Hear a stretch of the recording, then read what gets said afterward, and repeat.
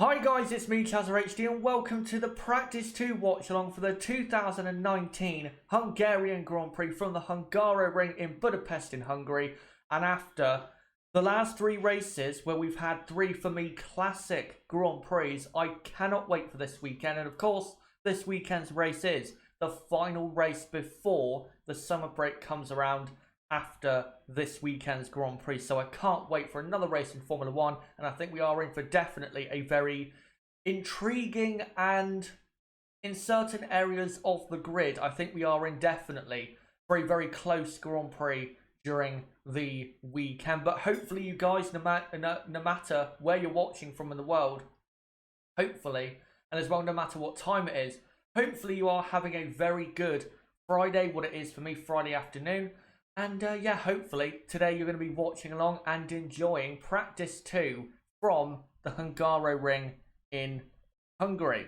But first, before we get into previewing the teams and how I think this weekend they're going to do, let me first get into the results, of course, of Practice 1, which took place about 2 hours ago. So here are those results. By the way, and you'll see this with the pictures when it comes to what tyres certain drivers were on. There was a slight bit of rain in Practice 1. Could be around for Practice 2, but we'll see what happens. So Lewis Hamilton finishing P1, Max Verstappen was P2, Vettel was P3, from Gasly P4, Magnussen P5, Charles Leclerc was P6, Hulkenberg P7, Norris 8th, Sainz 9th, and Raikkonen 10th, and then outside the top 10.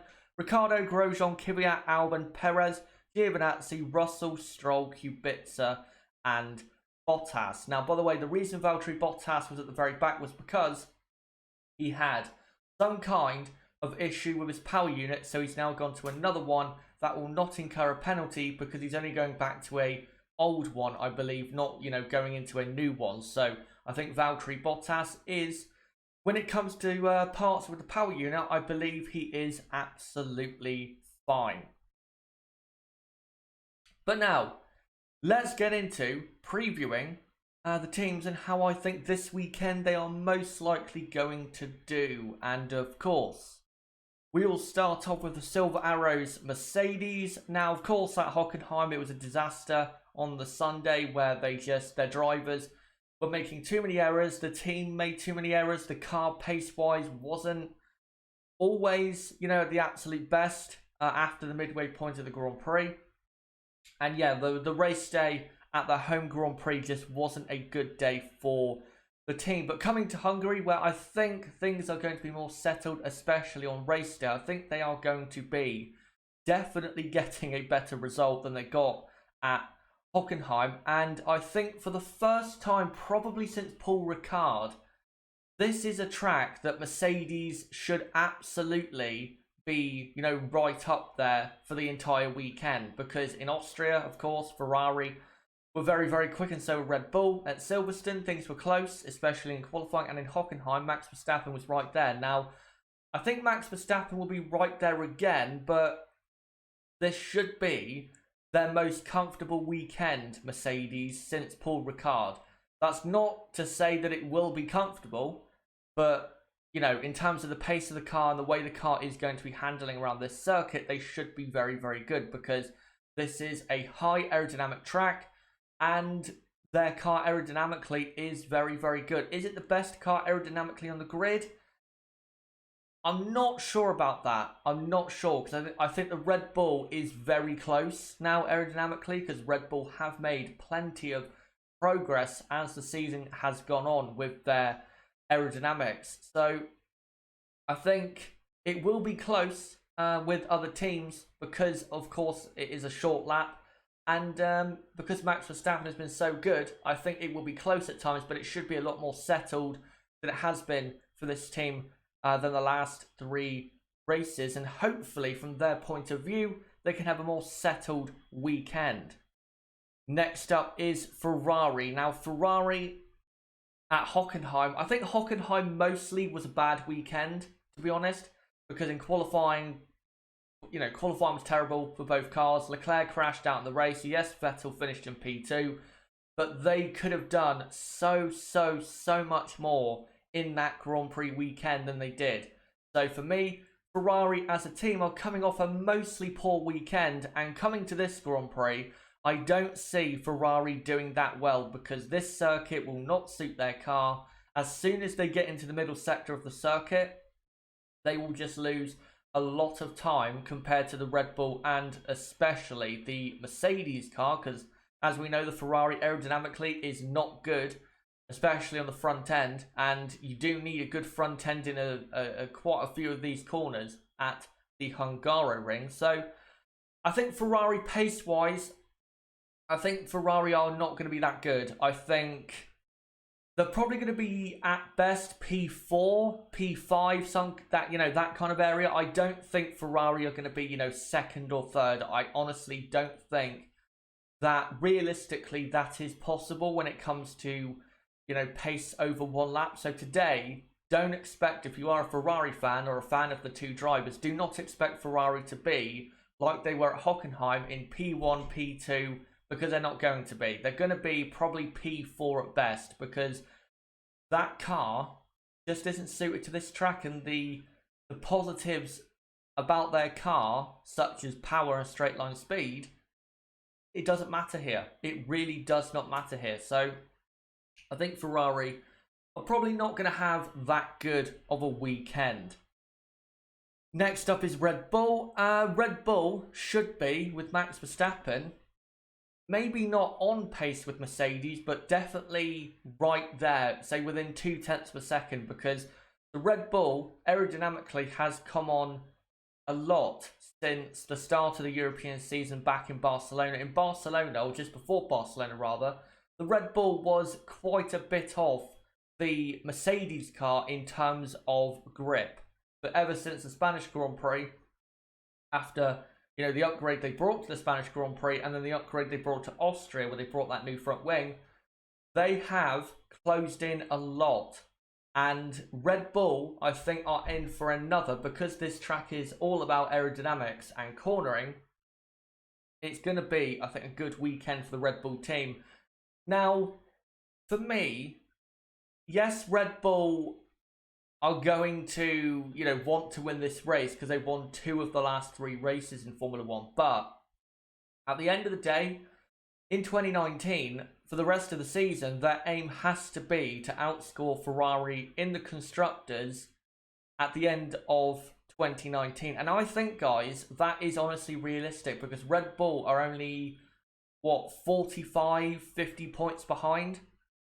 And Red Bull, at basically every race since the Spanish Grand Prix, are outscoring Ferrari. So I think Red Bull can absolutely catch Ferrari in the Constructors. And for me, Red Bull's aim this weekend should be to definitely outscore and just beat Ferrari in terms of when it comes to the Constructors. But in terms of this weekend alone, if they can have, like they had at Hockenheim, a great weekend, a trouble-free weekend, at least for Max Verstappen, then the aim has to be to go for the victory. And I think they can get it. I think they can. It will be very hard for them to get because I think Lewis Hamilton and Mercedes will be bouncing back and will have a big point to prove. But I think Max Verstappen and Red Bull can absolutely go and get the win. And hopefully, for the sake of excitement this weekend, they can. Because if we have Hamilton versus Verstappen basically for the entire weekend, then that sets us up for a great weekend, in my opinion. But now, let's get on to the midfield runners. So first off, Renault. The last week or so for this team has been pretty terrible. Hockenheim, massive chance to, catch McLaren and get possibly a podium, and they completely bottled it with Nico Hülkenberg, and then the Renault power unit again gave out when it really should not have gave out, when it was in such a not a good position, but in a race where anything could happen and where they needed to stay reliable so they could get some good points. Awful weekend in Hockenheim.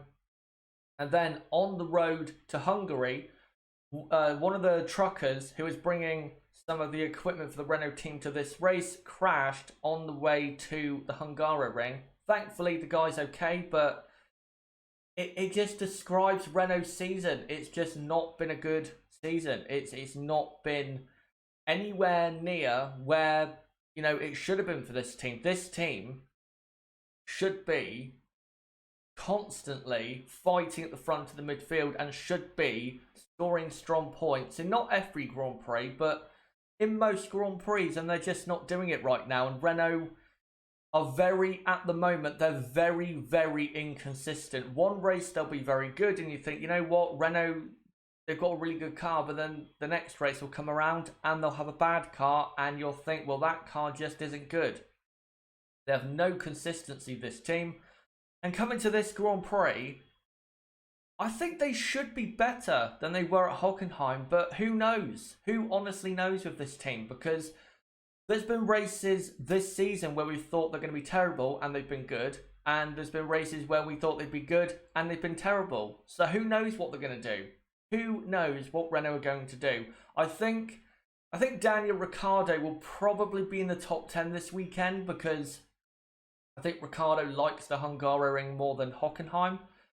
And Hülkenberg will probably be, there or thereabouts. But I don't expect Renault to have that strong of a weekend. I think at best, Renault are probably going to be P9 or something, especially in practice today. So yeah, if you're a Renault fan, Daniel Ricciardo fan, Hülkenberg fan, whatever, don't expect Renault to be that good, because they just, as a team, as a whole combination, they're just not that good, Renault. But I will tell you one team that is very good, and that is, of course, McLaren, who at Hockenheim, of course, had a great result. Carlos Sainz in P5. It could have been better, but the result was still, for me, very, very good. And now coming to this Grand Prix, McLaren are looking to complete the first half of the season in a very successful manner. And to be honest, I think they can, because both drivers are very good at this circuit. Lando Norris last year in F2 was great in especially the wet, but just in general, Lando Norris was great around this circuit. Carlos Sainz also, if you look at his history at this circuit, Carlos Sainz has always been a top 10 runner at this circuit, even if his car hasn't been that good. So I think McLaren are in for a strong weekend. It will be interesting to see, though, for the first time in quite a bit, how McLaren's aerodynamic package is right now, because as I've said plenty of times, McLaren, they're fully concentrating really on the 2020 car, because they want to be a lot better in 2020, even though they have been very good in 2019. Now, I think that quote from Andreas Seidel came out after France, and France was the last circuit on the calendar where grip is very, very important compared to power. And of course, at France, McLaren were great. They had the best car in the midfield by a mile. It will be interesting to see, though, how McLaren, if they're not developing their car, how good they are at this Grand Prix, because, lack of aero or lack of development will show up at a race like this, where, again, aero performance, aero development is so critical. So if McLaren can have both cars in the top 10, it would be a great omen for the rest of the season, but also for 2020, that even though they're not really developing this car anymore, they're still getting great results.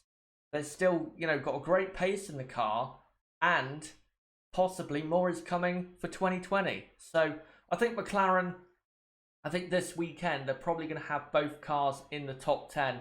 I think in terms of pace in the dry, McLaren probably will be better than they were at Hockenheim for sure.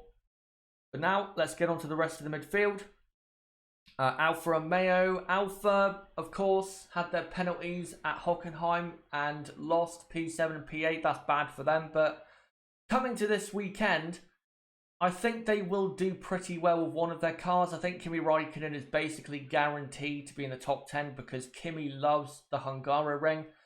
Just look at his history when he was in top cars. How many podiums did the guy have at this circuit? Plenty is the answer. even in bad cars. I think Kimi Raikkonen will be definitely a top 10 runner, and definitely for today. Look out for that. For Antonio, he's probably going to be slower than Kimi this weekend, but I'm hoping Antonio can be, there or thereabouts for P10, because if their appeal against these penalties they got for the German Grand Prix, if they don't succeed with getting that result back, then they need to try if they can and reclaim some of the points that they lost at that Grand Prix. So hopefully Alpha can do that, and Alpha, I think definitely with one of their cars, will have a good weekend. Next up is Haas F1. Hockenheim was better, definitely better than it has been in the last month or so. It's their first points finish at Hockenheim since Monaco, so great for them. But coming to this weekend, I don't think things are going to be as good. I don't think the Haas will be as suited to this circuit as it would be to a track like Hockenheim. So I think Haas will be not as good, but they still should be, in and around P11, P12, maybe at best P10. They're going to be in there because, as we know, on qualifying day, Haas can, if they want to, be very, very, very quick.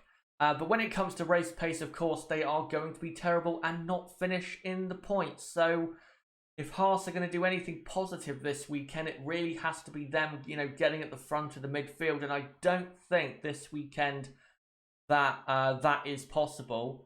Hopefully it is, but I don't think it is. We'll see in practice too what they can do. Hopefully they can surprise me, but I don't think they will. Next up, Toro Rosso, of course. Hockenheim was great. 23 points on the board for the constructors. That has put Toro Rosso up to P5 in the constructors. If they can maintain that until the end of the season, then this has been a great season for Toro Rosso. But coming to this weekend, of course, they're not going to have as good of a weekend. That's not going to happen. But I think Toro Rosso, actually, if you go back and look at Hockenheim, their pace in the dry was probably the worst out of any of the midfield runners. I think this weekend they will be better, because if you look at their history around Hungary, dry or wet, they've always been good. They've always been good here. They always tend to be finishing in the top 10, and if they're not in the top 10, then they're very, very close to it. So Toro Rosso, definitely look out for them. And look out for Daniel Kvyat, because, of course, he's confident. He'll be bouncing after that result at Hockenheim. And he did get his first ever podium at this circuit back in 2015. And I think he is pretty good at this circuit. So look out for him, because I think, again, after that result a week ago, or 5 days ago rather, I think he'll be pretty confident, and I think he'll be in there, definitely. And hopefully Toro Rosso as a team with Alexander Albon also are in there as well. Next up, Racing Point. Now, of course, as me and Niv talked about yesterday in our tech update for the German Grand Prix. By the way, if you haven't seen that video, there's a link below in the description for it. If you haven't seen it, make sure to check that out. Of course, after this stream finishes, we did a tech update for Mercedes, Racing Point, Toro Rosso, Haas and Williams. Racing Point, as you guys will know, brought half of their B-Spec car to Hockenheim. The second half of that B-Spec car is coming to this weekend's race. One of the biggest upgrades is a new front suspension. So hopefully that does work out for the team and increases the pace of their car even more. And this weekend will be a good indication as to how good the new B-Spec car is, because all of the improvements, of course, are aerodynamic. So if they have gained, say, half a second or even more, then we will see that really appear this weekend. Hungary has never really been a great track, though, for this team. They've never really been strong here. So I don't think Racing Point are going to be great, but I think they'll probably be better than we're expecting at this circuit. By the way, also, when it comes to updates, Ferrari have brought a couple new updates for this Grand Prix. Ferrari have brought some new bargeboard pieces and have updated some of the, I think, winglets on the side pod. So Ferrari also do have some updates, and hopefully for them it works. And yeah, hopefully the Racing Points updates work as well. And at the back, of course, is Williams. Of course, Robert Kubica finishing the points, but that might not go through if Alpha's appeal is successful in about a month and a half's time against their basic disqualification from the race. But for Williams, yeah, they're going to be at the very back.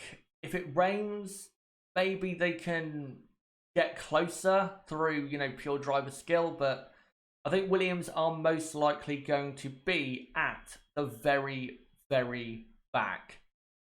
But guys, now that I've, previewed all the teams and how I think this weekend they are going to do, let me know right now for the next 8.5 minutes or so. For this weekend, who do you expect to be good or not so good? Out of the top teams, do you think it is between Mercedes and Max Verstappen for the race win? How do you think Ferrari will do? And for the midfield, how do you think Renault and McLaren will get on? Do you think Alfa will be good? Do you think Haas will be better than expected? And how do you think Toro Rosso and Racing Point will get on? Let me know in the live chat, and I'll make sure to read out your comments before practice 2 gets underway, which is shortly. By the way, it is, I think, spitting with rain. So we might have a wet or a wet-dry practice 2.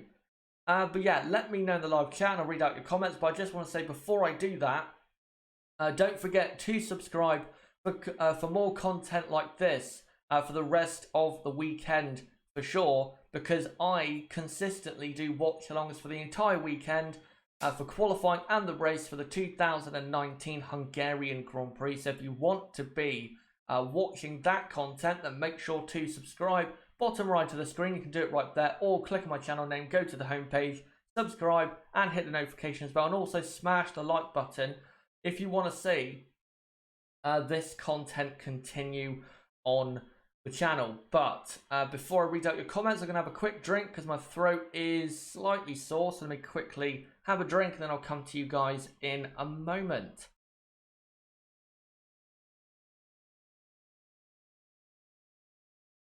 Right. So now, let me move on to a different picture. There you go, Lewis Hamilton. And now, let's see what you guys have to say. By the way, great to see so many of you already here, only for practice 2. Great to have every single one of you here. And yeah, I cannot wait for practice 2 to get underway shortly. So let's see what you guys have to say.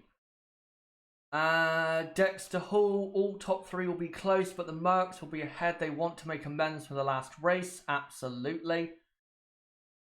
Let me look at some other comments here. Super Vlogger Michael, hey Shazza, hello to you Michael. He says, hope your throat gets better. With my throat, it's not necessarily a one-time thing. It's just a constant thing. I always have a sore throat. It's just the way I am. Yeah, it'll be fine. As the stream goes on, it'll probably get better once I, get warming it up even more. But let me move on to a different picture. There you go, of Pierre Gasly, I believe. Jonathan Betts, where was Vettel for FP1? Vettel was in P3, but Valtteri Bottas had a power unit issue. So I think that's probably, if Bottas had actually done practice 1, I think that would have been P4. And as I said earlier, that's where I think Ferrari at best are going to be. And the reason I say P4, and I say that Red Bull will have a better car this weekend, is because Pierre Gasly will not get the best out of that car. I can guarantee you that. Pierre just isn't good enough to get, what is in the car out of it.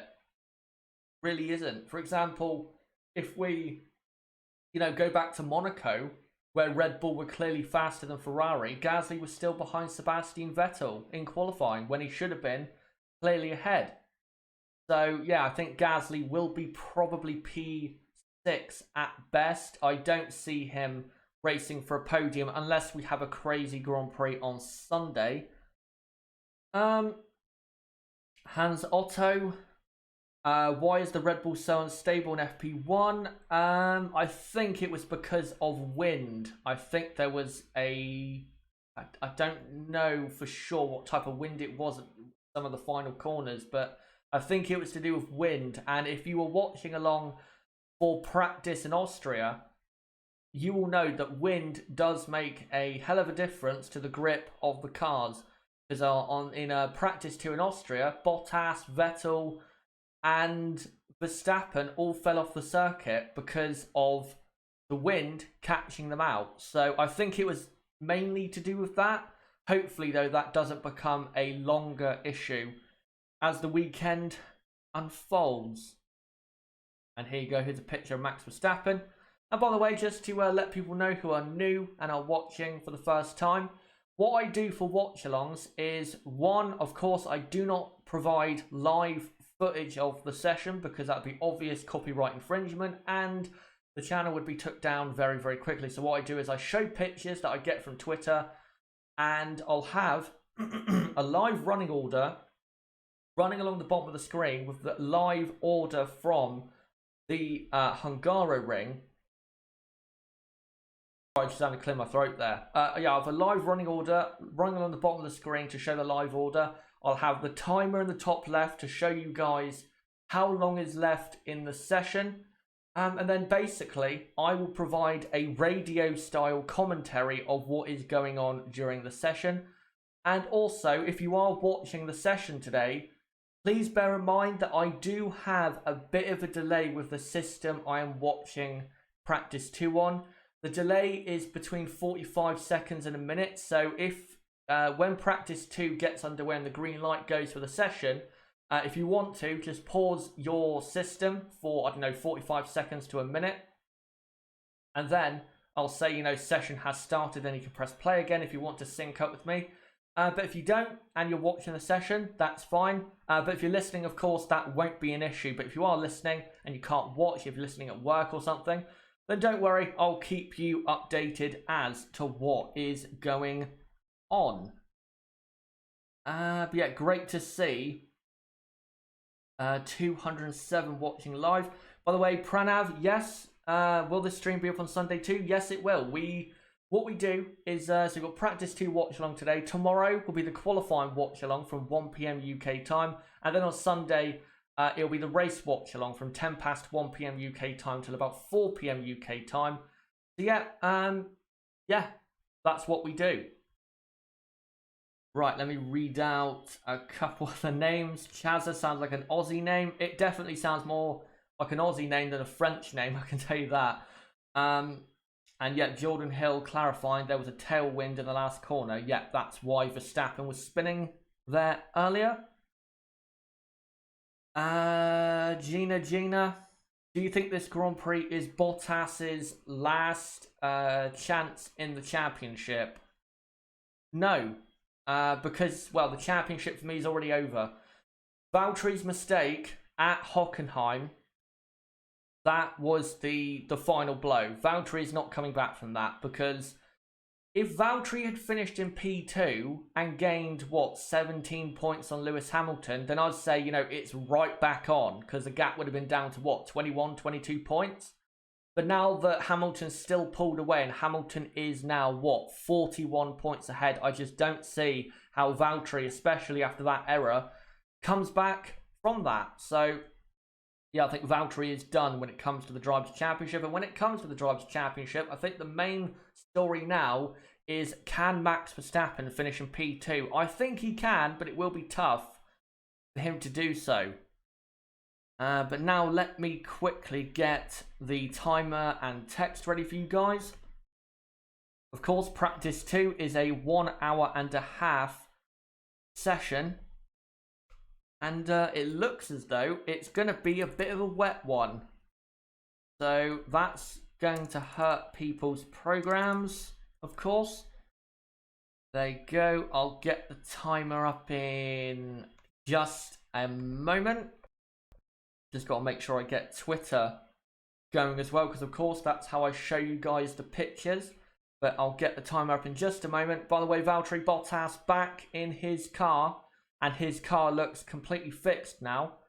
So Valtteri should be getting out for the session, which is great news because the last thing the team needs after Hockenheim, which was a disaster and a mess, is to have even more of a mess starting straight away in practice 1 and 2 on the Friday. As on my TV, we're seeing Nico Hülkenberg in the Renault as the session is about to get underway. And yet Hülkenberg looking prepared. And here comes Valtteri Bottas to the end of the pit lane. And he will stop at the red light if the red light is still on, unless the session has already started. Yeah, practice 2, 90-minute session, and it will be getting underway shortly. As now Lewis Hamilton is about to come out on track on hard compound tyres, and practice 2 is officially underway right now. So there you go, practice 2 has officially started at the Hungaroring, as because there is rain around, drivers are immediately coming out to track, and I'll get the running order up. By the way, this is not the current running order. This is the running order from the race in Hockenheim. I just haven't updated it since then. So this will be updated as soon as we get, all 20 times on the board, as Bottas, Gasly, Ricciardo, Hülkenberg, Raikkonen, Hamilton, Giovinazzi, Norris, Kubica, Kvyat, Albon, Grosjean are all coming out onto track. The reason they're doing that is because of the threat of rain. They want to get some dry runs in so they don't miss out when it comes to that.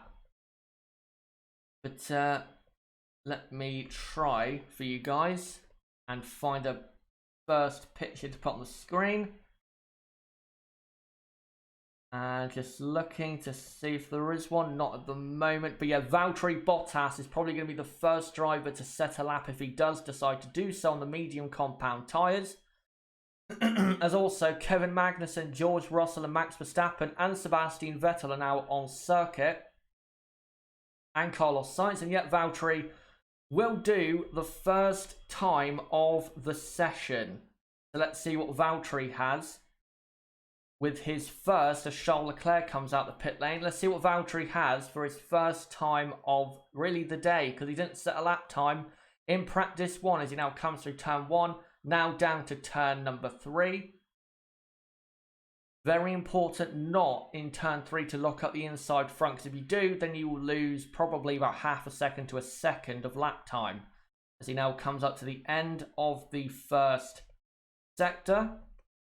And we've got everyone on track except for the 2 Racing Point cars. Which is interesting that they don't want to be on track unless they know something that the other teams don't. As Valtteri now comes into the middle sector where aerodynamics is vital. It really, really is. And let me just now get a picture on I'll get a picture on the screen for you guys of a McLaren coming out of the pit lane. There you go. The 2 McLarens are now on circuit, so that was a moment ago. As Valtteri rounds the final corner, and his first lap time is a 1 minute 19.4, which is very slow. But again, that's only his first time of the day because of course he didn't set a lap time in practice 1 because he had a power unit issue, as Pierre Gasly goes about 1/10 of a second quicker. And we're seeing a replay of Valtteri Bottas coming down to turn 1 when the Ferrari was coming out of the pit lane. And did that put Valtteri Bottas off? I don't know. We're seeing just replays of Bottas's lap, and he had a bit of understeer at turn 12.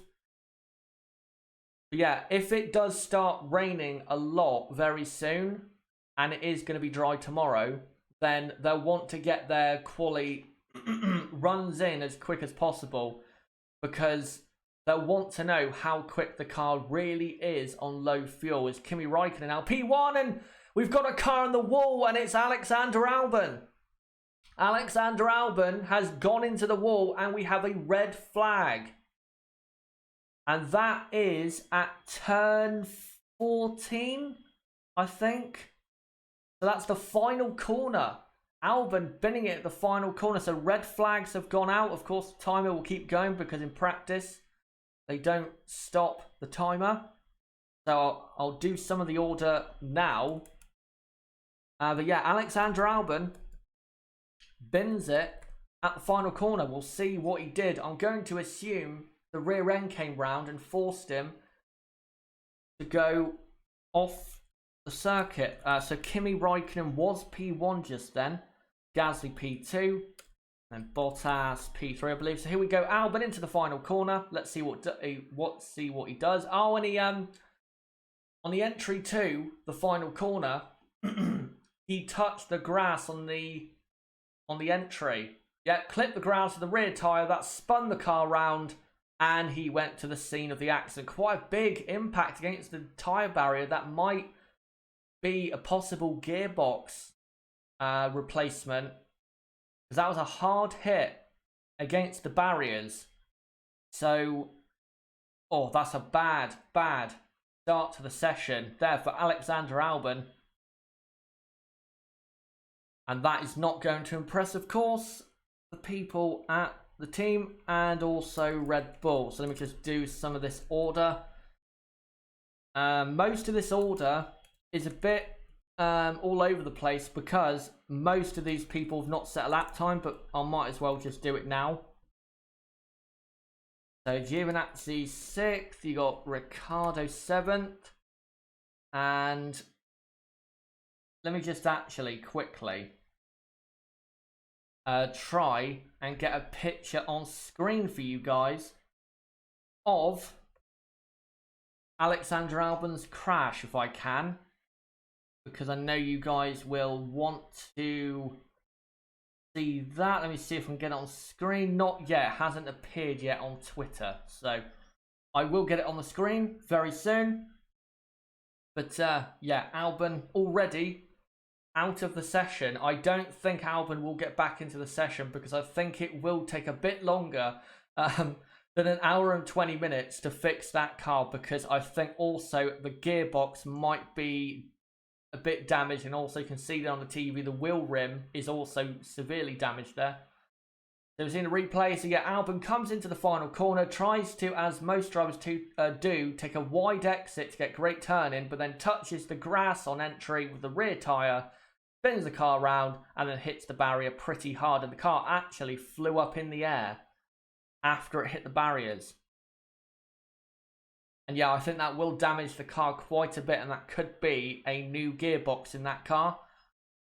And we're just seeing replays of it. And it's a simple error that plenty of drivers make, and he has only gone and made it. So there you go. By the way, great to see Nib in the live chat. And let me just get the picture on screen. And he was just saying in the chat there, absolutely that'll be a new gearbox. And yeah, that just screams a new gearbox to me. Yeah, we are currently, guys, under a red flag. So, sorry if the order is a bit weird. It's because that happened when most people had not set their lap times. So let me just get this on screen for you guys if I can. And here you go. Alexander Albon out of the session at the final corner. So yeah, there you go. But yeah, the order is a bit muddled up at the moment as the session has now got underway again. So I might as well just put the order back to how it was before, because it'll be confusing because there's two names on the board in some areas. So let me just quickly put it back to how it was. As now we've got Valtteri Bottas coming back out on circuit. And yeah, we just put this all back how it was at the start. Of course, the finishing order of Hockenheim is how it was at the start. Let me just do that. And then once everyone sets their first proper lap time, we haven't had, by the way, everyone set their first proper lap time, but once they do, then I will do the order for what it actually is. So here you go. So just put it back how it was. And yeah, we'll give it, say, 2 or 3 minutes once everyone sets their first time. And then we will get setting that order up to what it actually is. As now, unfortunately, we go to an ad break on Sky F1, so I don't actually know what is going on at the circuit. But yeah, hour and 20 minutes to go in FP2. Bit of rain around, bit of a wet, dry session. And yeah, red flag came out, what, 5 minutes in? 4 minutes in, actually, for Alexander Albon, going straight into the wall at the final corner. So he will be in P20, so I might as well. Oh no, I won't do it yet. I'll wait till everyone sets the time. But yeah, Albon will be in P20 once everyone sets a lap time. Unless other people crash, you never know, could happen. We did see some spinners in practice 1, such as Sergio Perez, Max Verstappen. So you never know, could have another crash at the circuit. Yeah, Albon. And I think Albon, again, will probably take a 5-place penalty for a new gearbox. And if the Toro Rosso car proves to not be that quick, then if I was Toro Rosso, I would put in a completely new power unit as well. Because if he can't get higher than P15, then he might as well just start from the pit lane with a completely new car. And practice, of course, for the race. But let me see what you guys have to say in the chat. By the way, Rooksfoot brings up a great point about a Nightbot in the chat. Now, me and Nib have talked about this. The reason we've talked about it is because, of course, it would make my life and Efron, all the moderators' lives, easier if we had a Nightbot to answer people's questions. But the reason there isn't one for this weekend is because simply I haven't had enough time to, research how to do it and properly set it up. So I'm probably going to do it over the summer break when I've actually got plenty of time to research it and set it up properly. So when it comes to that, there probably will be one for Spa, but there won't be one for this weekend. So there you go. Right, let me look at the chat. So Super Vlogger Michael says Albon is now Alboff. Oh dear, stop with that. Jordan also says Alboff. Right, let me find some other comments here for you, from you guys. Let me look. Super Vlogger Michael, why do they not stop the timer in a red flag in practice? The reason is because it's not a critical session. And on a Friday at a Grand Prix weekend, if you ever go to one in Europe, like I have been to the Spanish Grand Prix back in 2014, because, you've got F2, F3, Porsche Super Cup. If you stop the timer and it's a long red flag period, then because there is a lot of track action on that Friday, you're then delaying the day quite a bit and forcing, F2 qualifying or whatever to be a lot later in the day than it is supposed to be. And it's also not good for the spectators at the track because, the people at the track who are watching from the grandstands don't want to be there all day watching cars. So yeah, there you go.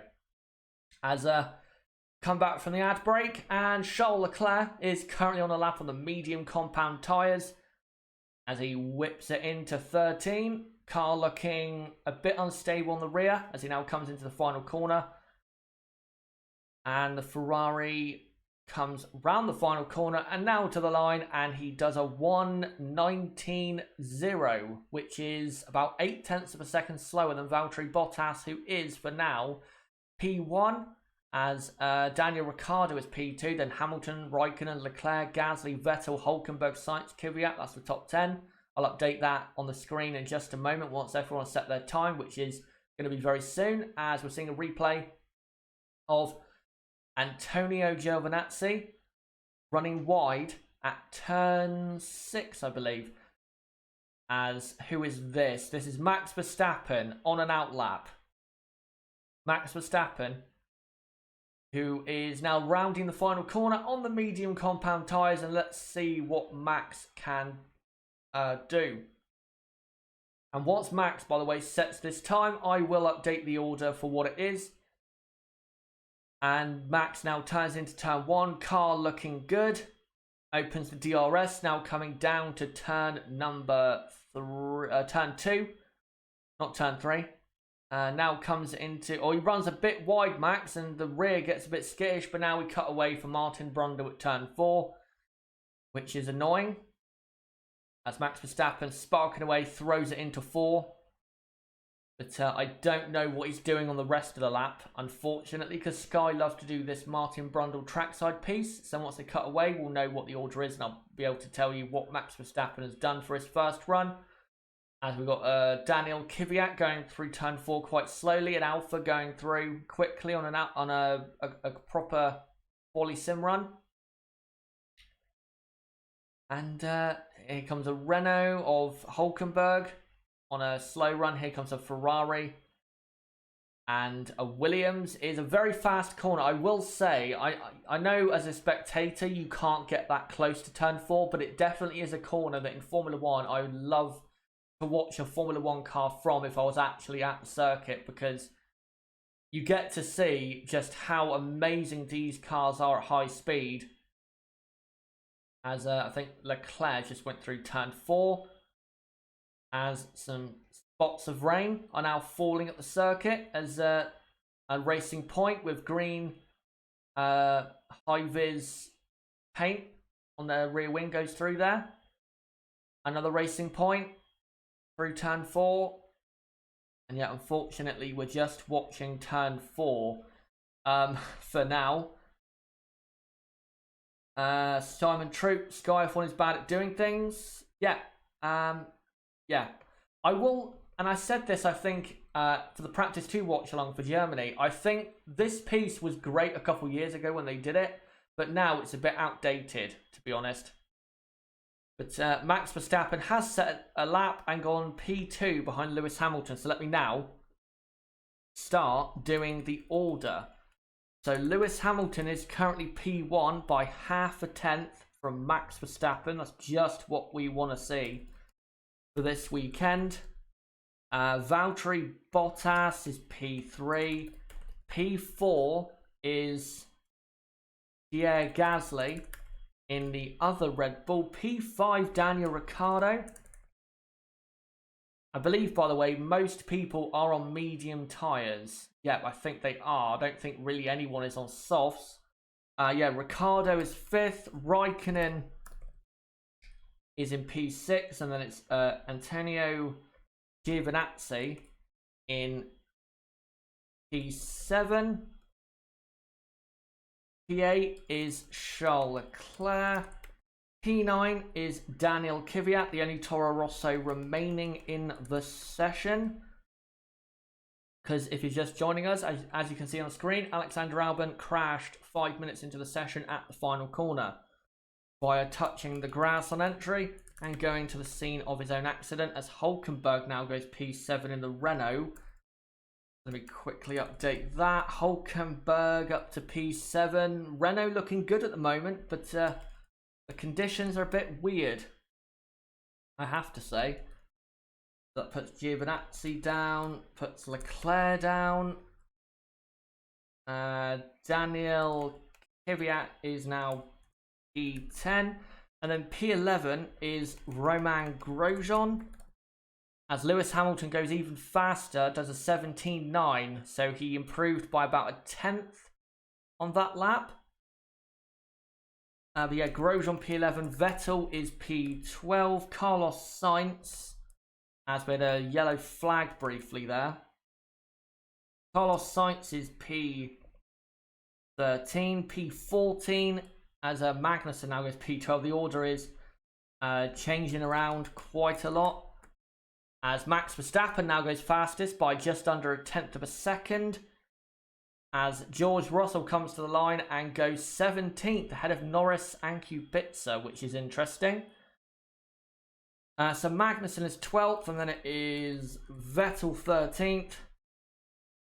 And then Carlos Sainz is 14th. 15th is Sergio Perez. 16th is Lance Stroll. 17th is Russell. 18th is Norris. Then it is Kubica. And then Albon, of course, is 20th. Albon will not be coming out again as Pierre Gasly on the soft compound goes fastest on a 17.8. By the way, Max Verstappen on medium tyres. So Verstappen's pace still looking pretty good. Let me quickly update that. So Gasly P1.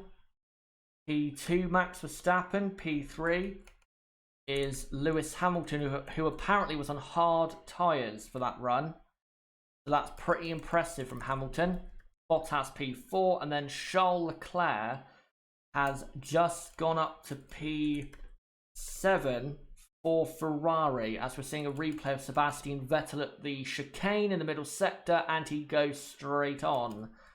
Locking up, carrying too much speed in, locking the inside front, and yet goes across the runoff. So there you go, that's the order for now, and let me get for you guys a different picture on the screen of what's going on, and let me get this picture of a Red Bull up because it looks so delightful. As Hamilton is still touring round on hard compound tyres in P3, and yeah, that pace from Hamilton, only a tenth off the fastest time from Gasly on 2 compound harder tyres. That's very impressive. Here you go. That's a Red Bull sparking away. Who does not love the sight of that? And who does not love the sight of the rear end of a Red Bull? As yet, the order has stagnated as it is on the screen, with an hour and 8 minutes to go in FP2. By the way, yes, Sebastian Vettel was on hard. So here's the tyre situation. So Gasly is P1 on softs. Verstappen is P2 on mediums. Hamilton P3 on hards. Bottas P4 on mediums. Ricciardo and Raikkonen are on soft tyres. Leclerc's on mediums. Hülkenberg and Giovinazzi are on soft tyres. The tyre graphic has just gone away. But yes, Sebastian Vettel in P13 is indeed on hard tyres. And if he was on mediums, then he'd probably go up to P7, P6, about where Charles Leclerc's teammate is on mediums. So Vettel's pace compared to his teammate is looking pretty good, as apparently now it's raining at the Hungaroring. And yeah, I think it is, because Hamilton is just continuously touring around on the hard tyres, not going for a lap, unless he keeps making an error at turn 1, turn 2. And yet it is starting to rain as people in the grandstand are putting up the umbrellas and getting their rain jackets or raincoats on. So starting to rain at the Hungaroring. Let me just look at the chat to see what you guys are saying. Hans Otto says, I think Ferrari is still faster. They are just bleep at race pace. If you're saying faster than Red Bull, not sure I agree. For this weekend, I think this weekend it's definitely Red Bull ahead of Ferrari. Definitely. Because Max Verstappen is already, in this session, almost 1 second quicker than Charles Leclerc on the same compound of tyre. Now, Ferrari will probably be conserving more of power and fuel than Red Bull will, but that's a lot to, make up. So I think Red Bull are definitely ahead of Ferrari this weekend when it comes to the car. As Lewis Hamilton comes into the pit lane, as it's definitely now raining. So hopefully, as all the cars now come back into the pit lane, hopefully that doesn't mean that we get no running for the rest of the session, because if it does rain tomorrow, which is, by the way, I think predicted that we're going to have rain at some point tomorrow at the Hungaroring, then they've got to get some practice in because, you know, you don't want to be going into qualifying blind to the conditions around this circuit. You want to know how your car is feeling in the wet around this circuit. So if it does rain tomorrow and the teams know that, then they best get back out there and try get some running in on those intermediate tyres if it is going to rain tomorrow, because you definitely do want to have that practice in the wet so you're confident going into a wet session, because if you're not confident going into a wet session, then you're probably not going to do anything well. Right. Let's look at what the chat is saying, because everyone is back in the pit lane. Nib says, can't read into these FP2 results too much. The track is very greasy, and yes, raining tomorrow. Absolutely. We can't look into it fully. You know, Ferrari are not going to be behind Raikkonen and Ricciardo tomorrow. Maybe in the wet they will. But, yeah, in the dry, who knows? Because today it's been very mixed. We had rain in practice one briefly that caused drivers to go out on the intermediate tyres, and now we have rain as well, and it looks as though the rain is actually getting possibly heavier. So the rain is coming, I believe, from the south of the circuit, and yet everyone is now back in the pit lane. So the order on your screen is absolutely correct, and with an hour and 4 minutes to go, the order is, I'll wait till it comes back around, as we're seeing on the TV Red Bull having different rear wings for this Grand Prix. So Red Bull have a rear wing update with a T-wing for this Grand Prix. But yeah, currently with an hour and 4 minutes to go, it's Gasly P1, Max Verstappen P2, Hamilton P3, Bottas P4, Ricciardo P5, Raikkonen P6, Charles Leclerc P7, Nico Hulkenberg is P8, Antonio Giovinazzi is P9, Daniel Kvyat is P10, P11 is Romain Grosjean, P12 is Kevin Magnussen, P13 Sebastian Vettel, P14 Carlos Sainz, then Perez, Stroll, Russell, Norris, Kubica and Albon. Round out the field, of course, Albon not saying a time because he crashed. And, well, with Norris, I don't actually know what the issue is, but he shouldn't be down in P18, honestly.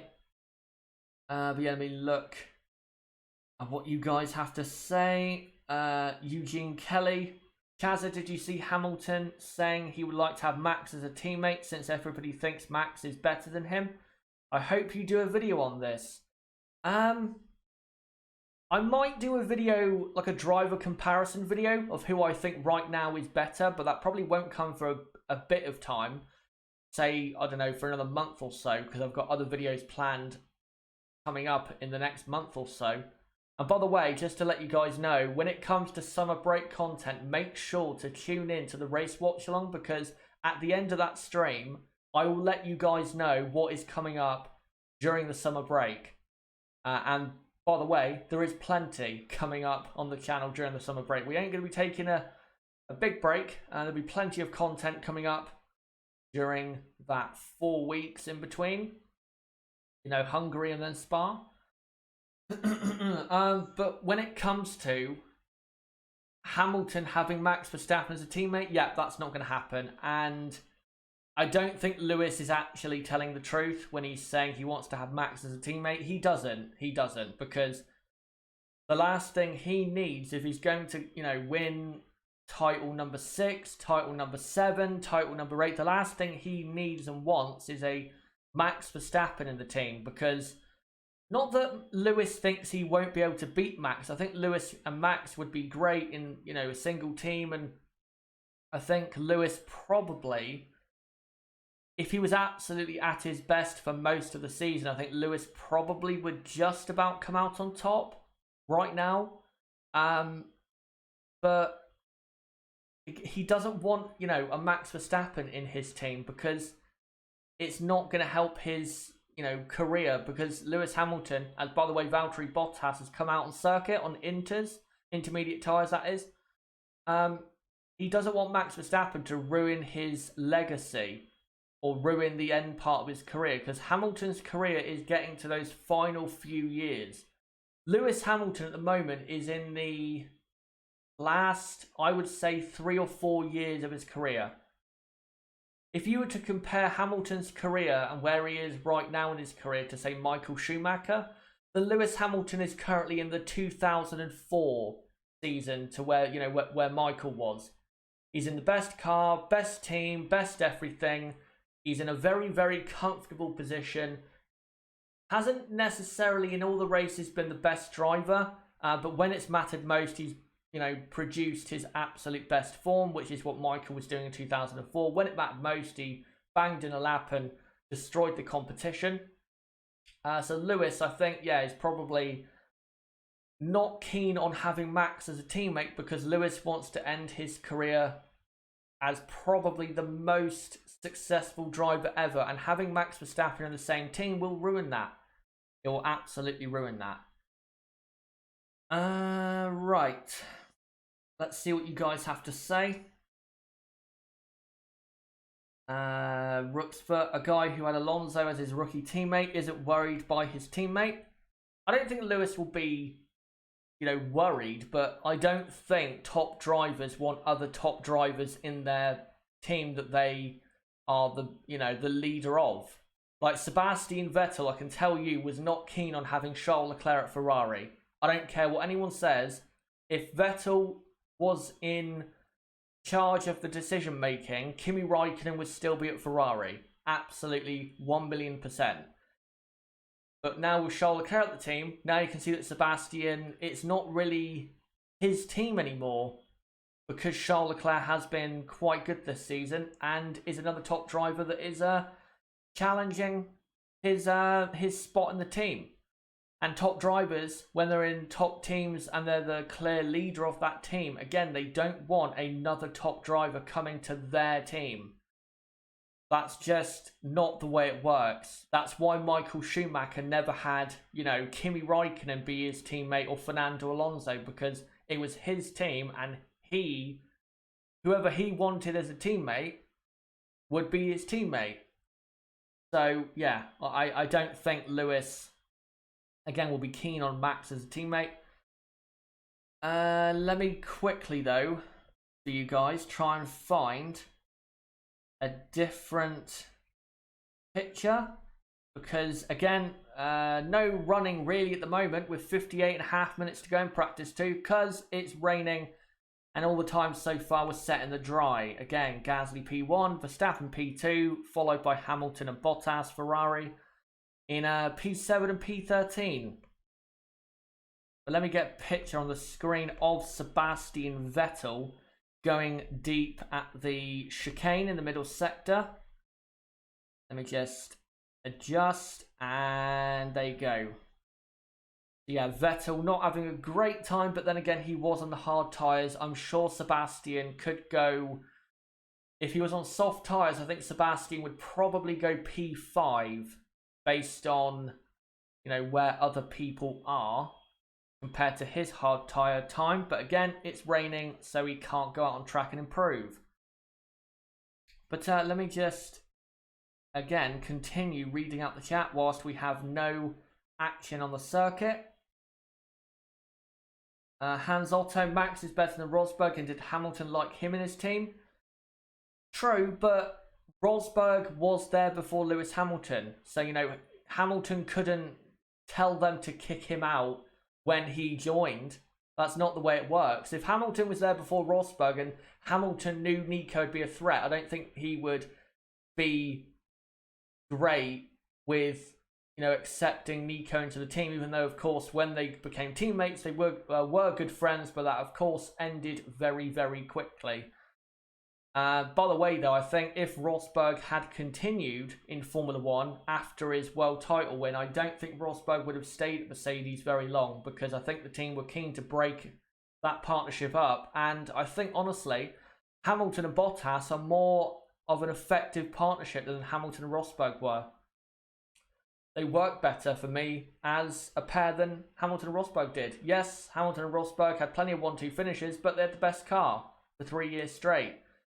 Hamilton and Bottas haven't had as good a car in their 3 years as a teammate, really, as Hamilton and Rosberg did. So, yeah, I think... I don't think Hamilton, if he was there before Rosberg, would have been totally accepting. Right, let me find some other comments here. Let me just look, see what you guys are saying. Edward says 4 crazy races in a row. Let's hope, let's absolutely hope that that's the case, because if we can get that, then it'd be the best run of races we've had probably in a long time. 3 classic races in a row, Austria, Silverstone, Hockenheim. That hasn't happened in a while. That's probably the first time we've had 3 classic races in a row, probably since 2012 at the earliest. But I'd honestly go back to probably 2008. For the last time we had 3 classic races in a row. It's very rare you get that. Very rare you get 3 classic races in a row. Let me see what you guys are saying. By the way, great to still have, even though there's no cars on circuit, 241 of you watching live. And if you are new to the channel, then don't forget to subscribe for more content like this, as this weekend, this is the only channel that consistently does watch-alongs for the entire weekend. I'll be doing a watch-along, of course, for qualifying and the race on Saturday and Sunday. So yeah, don't forget to subscribe for that. Bottom right of the screen, you can do it right there, or click on my channel name, go to the homepage, subscribe, hit the notifications bell, and also smash the like button if you want to see this content continue, as we're going to get a car on circuit, and it's a McLaren of Lando Norris on the intermediate tyres, as it is still spitting with rain. It's in that weird period, the track. It's not dry, even though it does look dry. But it's not really wet. And that's not good for intermediate tyres in terms of tyre wear, because that type of surface they do not like. Because, of course, if there's no water on the track, then they wear out very, very quickly. But if it's too wet for dry tyres, then what else do you go with? As, yeah, so Norris on circuit, so is Antonio Giovinazzi as well, who comes out in the Alpha. And I think I saw Kimi Raikkonen getting ready to come out as well. So both Alphas should be out on circuit pretty soon. How wet is it? Asks Mr. Random Guy. Again, it's not wet. There's no real wet patches on the circuit. It's damp at worst, but it's too wet for dry tyres. So it's in that kind of weird in between. It's too wet for dry tyres, but too dry for inters. But if you're going to stay on the track, you're going to have to go for inters. So yeah, it's it's that kind of weird area. At the moment, the track to me does look mostly dry, but again, there are areas where it's a bit damp. As Norris is just touring round, he'll probably come back into the pits because he's not really pushing that hard, trying to warm his tyres up or anything. And Norris, yeah, comes back into the pit lane. Will Antonio Giovinazzi do the same? We'll see in a moment. As we're seeing on the TV, Andreas Seidel, the person who is really turning, and by the way, Giovinazzi does come back into the pit lane. Andreas Seidel really is turning around that team. Last year, as race control now deem it normal grip conditions, which is interesting. Yeah, McLaren, this time last year, they were a joke. They were terrible. They had one of the worst cars on the grid. At times, they were slower than Williams at certain races, such as Monza, around this time of year. And we're looking like they were going nowhere. But now this time, a year later, McLaren are P4 in the Constructors and are clearly the best team in the midfield in terms of the results. So yeah, great turnaround by McLaren, and Andreas Seidel really is again turning around that team. And if it's true that they are absolutely fully focusing on 2020 and they can improve on what is already a great car for the midfield, then watch out for McLaren being even better in 2020, as the FIA's technical delegate Joe Bauer is looking at the new Racing Point updates. Of course, he's the person who has to check out all the cars and make sure they're all legal. Right, let me look at the live chat to see what you guys are saying. As yeah, again, no cars on circuit. Chase, I expect Carlos Sainz to... Hold on a minute, let me just read that. He just scrolled up. I expect Carlos Sainz to have a great race, maybe a top 6 finish. If you look at, again, his history at this circuit, he's always been a top 10 runner. So he should be, I would say, Carlos Sainz, he should be in the top 8 at least. So... definitely in the midfield, look out for Sainz. I think also look out for Kimi Räikkönen, because he is also good at this circuit. And I think look out a bit for Ricciardo, because Ricciardo also is pretty good at the Hungaroring, as it looks as though it is drying out a bit more now. The rain, I don't really think, is now falling. And we're currently having a debate in the live chat between some people as to who the best driver on the grid is. My opinion is Lewis is the best driver on the grid, but I think Max, so far after 11 races, has been the best driver this season. You people might say that, or you guys might say that means Max is the best on the grid. The reason I don't say Max is the best on the grid yet is because it takes more than 11 races to determine if you are the best driver on the grid. It takes, for me, say at most 2 seasons of that type of performance that Max Verstappen has been providing for him to be the best driver on the grid. And that's why I say Lewis is still the best on the grid, because you know, he consistently for the last 2, 3, 4 years has been performing at a great level, as Carlos Sainz now comes out onto the track on intermediate tyres.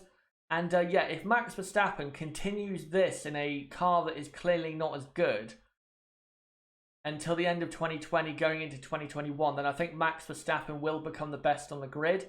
But again, long way to go, and I'm sure Lewis Hamilton will still continue his great level of performance. But let me find now another picture,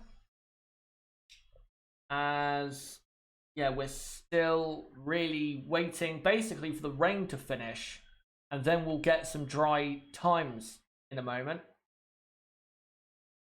Because yeah, again, it's too dry for inters, but too wet for dry tyres. So yeah, weird track at the moment. Let me get a picture up if I can of a... let me just see if we can get another picture of another car up that's not a Ferrari. And I don't think I can get another top team picture up. Let me try and go for the midfield runners and see. Let me try and see if we can get a McLaren on screen for you guys. Because of course they are currently McLaren out on the circuit, so might as well put them on the screen. And yeah, Carlos Sainz, the only driver on circuit. And let me just get this up. Sergio Perez doing some arm exercises, I believe. And there you go. There is Carlos Sainz, who's out on track on inters, but again, not really pushing or going for a lap. 45 minutes to go in FP2. And if this continues in terms of the way the track is in its current track condition, then I don't think we're going to see any more serious running in practice too, unless it dries out. But continuing with that point about Verstappen being the best driver this season, the reason I say that is because, again, he hasn't been in as good of a car, and I've been more impressed by Max Verstappen this season than Lewis Hamilton. Lewis has been great, but he hasn't been as good as Max so far this season, in my opinion. Because, again, look at the Red Bull. It hasn't been really in the dry as good as the Mercedes car at really any race this season. Maybe one race you could say they were better, but at basically every Grand Prix, Max has not been, Max has not been, in a good enough car to compete with Hamilton and even Bottas at times, such as, the early part of the season. But Max has still been consistently outperforming the car, being in the top 3 or 4, and is top 3 in the Drivers' Championship. So, yeah, that's why I say that. But let's see. As, by the way, Carlos Sainz came back into the pit lane. For obvious reasons. By the way, this picture is from earlier, I think, from Carlos Sainz. That's not a live picture, because he did just go out on circuit, but it was on inters, not dry tyres. But let's see what you guys are saying in the chat. Hopefully, we'll get some running soon. Gina, Max is the next generation. He can't, let me just scroll up and find that. He can't be better than Lewis, it's impossible, but he has potential to be the best, one of the best of all time. Nobody can say Max isn't talented enough. I don't think you can't say that he's not better. I think you can say that he's better, but we need to give it until the end of 2020, for me, to say whether Max Verstappen is absolutely the better driver. He has been better this season, but that doesn't mean you are the better driver. For example, Jenson Button was better than Lewis Hamilton in 2011. That doesn't mean Jenson Button is a better driver than Lewis Hamilton. Same with Felipe Massa versus Kimi Raikkonen in 2008. Felipe Massa was better than Kimi Raikkonen in 2008, but that doesn't mean Felipe was better than Kimi Raikkonen. David Coulthard was better than Mika Hakkinen in 2001. And Mika Hakkinen was definitely the better driver. So one season doesn't make you a better driver than another. I think 2 seasons at least of consistently being better makes you a better driver. And I think when it comes to Verstappen versus Hamilton, we need to wait until the end of 2020 to really say whether Max is better than Hamilton. I think we could definitely compare them. But if you're going to say Max is better than Lewis Hamilton, you've got to wait until the end of 2020 for me. If, of course, he continues his current level of performance. As Daniel Kvyat has now come out on circuit on intermediate tyres, but he'll probably just do the same as the 2 McLarens and the Alfa of Giovinazzi, and just tour around on the inters and come back in again. So, yeah, not expecting anything special here from the Toro Rosso driver. By the way, congratulations to Daniel for he's expecting. Oh, he's not expecting. He's had a kid. So yeah, great for him. In the last fortnight or so, and really actually since Silverstone, he's had a great time in Formula One. Qualifying in Silverstone, P17. Then in the race, P9. And for me, he was the driver of the day that day, and was the driver of the day at Hockenheim. So that's 2 driver of the days for me, back to back, in my opinion, for Daniel. And if he can continue that, then yeah, I think he will absolutely be in the Red Bull for 2020. By the way, Helmut Marko has confirmed that Pierre Gasly, as I thought, Pierre Gasly will continue in the Red Bull until the end of 2020. I thought that anyway, even though I think Pierre should be dropped as Daniel comes back into the pit lane. But yeah, definitely for 2020, I think Daniel should be in the Red Bull, because I think Daniel is a better driver, is faster, I think more consistent, and is definitely a better driver than he was before he left Formula One for 2018. I don't have any doubts about that whatsoever. But now we have 40 minutes to go, and hopefully it starts drying out soon, because this is very boring in practice 2 at the moment to see what we're seeing. Let me look at some other comments here in the live chat. Just people debating about Hamilton and Verstappen. Simon Trope, rain in practice is so frustrating. Absolutely is. It's not frustrating, of course, in qualifying in the race, because you have to get out there and do something. But in practice, because they don't want to risk, damaging the cars, but also if it is going to be dry later on in the weekend and it is wet now, then what's the point in going out in conditions where you're not going to learn anything? So that's why we're not getting any cars on circuit, because if it doesn't rain at other points of the weekend, what do you have to learn? Nothing is the answer. But if it does dry out in the next, or within the next 40 minutes, then I think the race simulations will probably not happen until tomorrow if it is dry. And I think we will get some proper quali sims, because they'll want to do that for practice for tomorrow for sure. But let me just see what you guys are saying.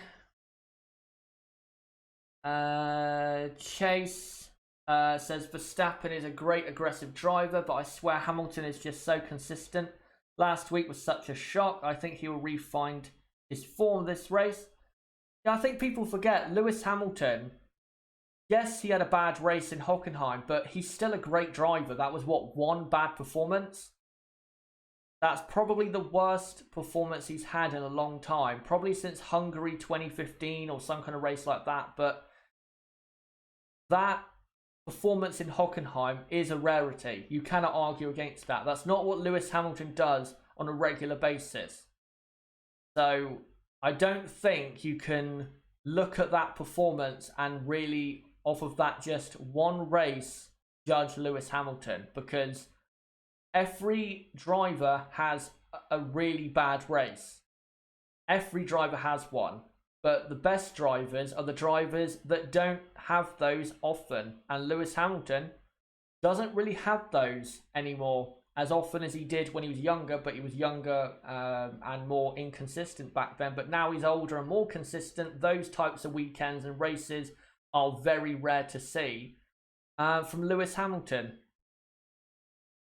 As we're currently looking at Frederick Vasseur on the Alfa Romeo pit wall, wondering when it's going to bloody dry up. But let me now, if I can, get a different picture on the screen. And I'm going to try and get a picture of an Alfa on screen if I can find one. And yep, I can. It's a nice looking one of the Alfa Romeo of Kimi Räikkönen, who, by the way, right now is actually sat in his car looking ready to go. Well, hopefully he does get out on circuit. But this is Kimi Räikkönen from earlier. There you go. Nice looking picture of the Alfa. That Alfa, I do have to say, not at times that quick, but it is a very beautiful racing car in terms of the colours. Very beautiful racing car. And there you go. Yep, we got now, what? Just over 35 minutes to go until the end of the session. And I don't believe there is any sign of it drying up at the moment, as everyone is still in the pit lane. So let me come back to you guys in the chat. By the way, if you are watching this after the stream has finished, if you want to read the chat whilst I read it out, of course you'll be watching this after, but if you look to the right of your screen, there should be, or if you're watching this on the mobile, if you just look down and you should see a live chat replay, and then you'll be able to see what I'm reading out. If not, then I don't quite know what to do about that. But if you can see the live chat, then make sure to look at it if you're watching this after, so you can know what I'm actually responding to. Right, let me look at some Let me look at some other comments. De Weberes, I think it is. Sorry if I mispronounced that. It's a bit of a weird name. How can the best not be Max in logical terms? I'm not quite sure. I'm not quite sure what you mean by that. If you could clarify what you mean in a more easier way, then I might be able to answer that, but I'm not sure what you mean. Nicola Fox, great to see you. Says Chazza and all wish for some cars on wish for some cars to come onto track. Thanks for the coverage. Thank you guys very, very much. And yeah, still great to have over 200 people watching live, even though for the last 20 minutes we've had no dry proper running in practice 2, and we have 35.5 minutes left. Right, hold on a minute. Let me just clear my throat and also have a drink because I can feel my throat seizing up a bit. So I'll be back, guys, in just a moment.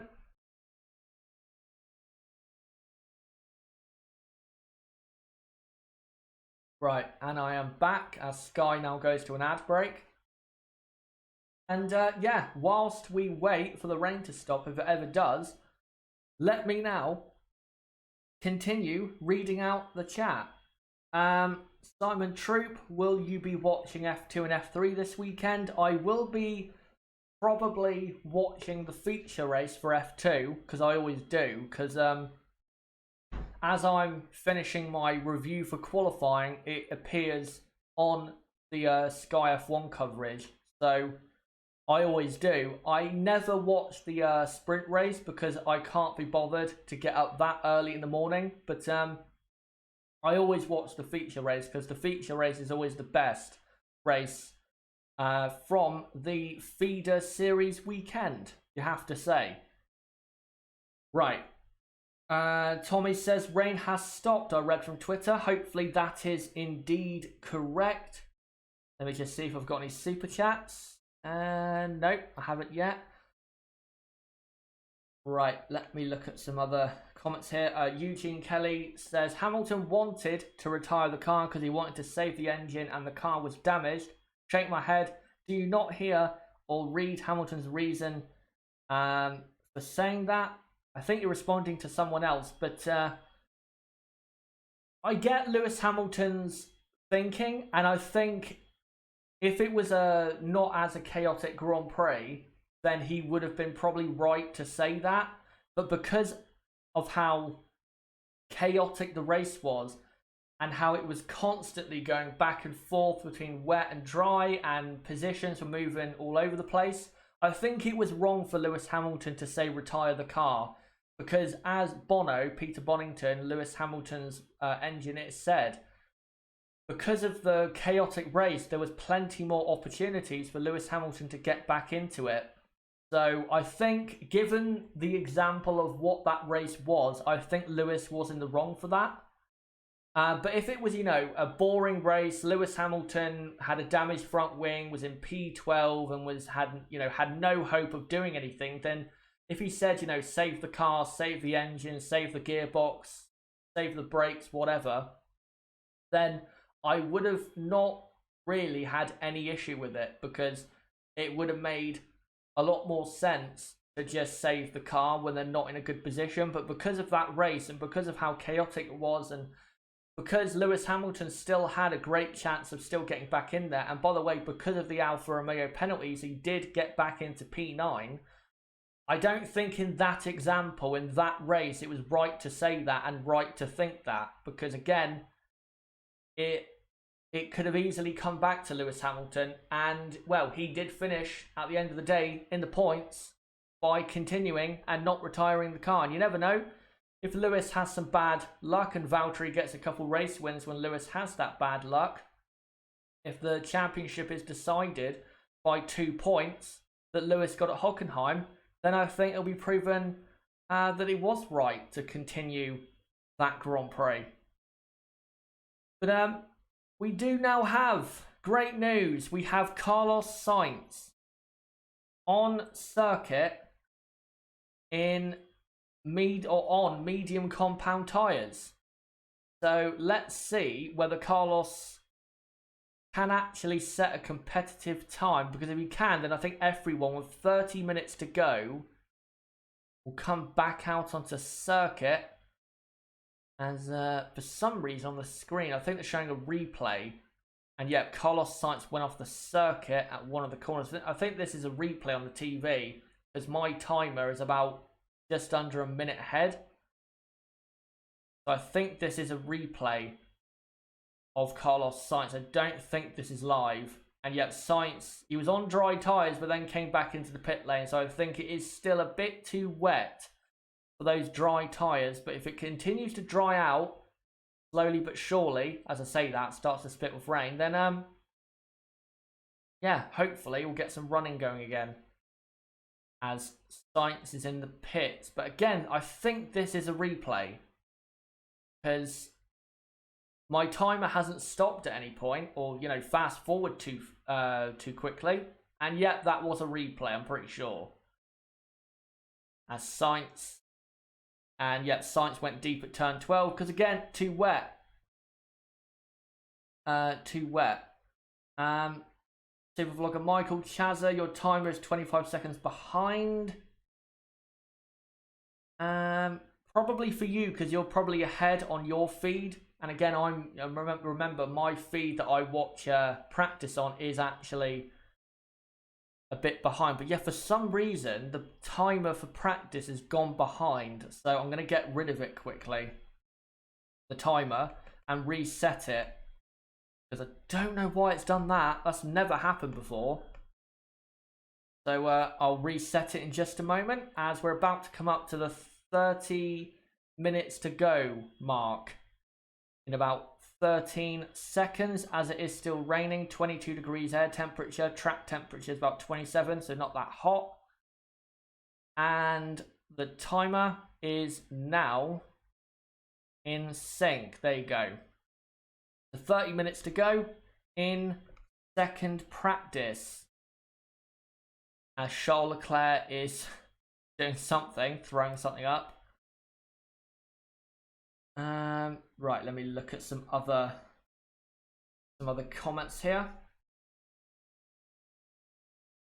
I think Hamilton will lose, someone says someone.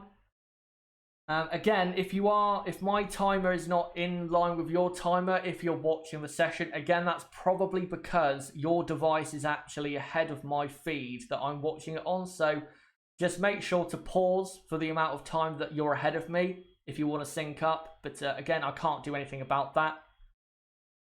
This is the only way I can watch Formula 1. So again, if you want to, and now it's gone ahead again. I don't even know what are they doing. They're playing around with the timer for some reason, FOM.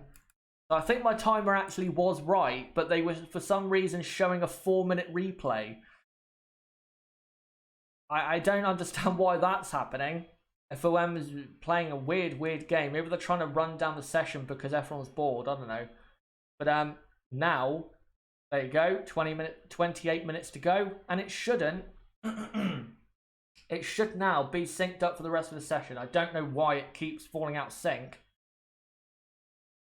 Right. Let me look at some other comments here.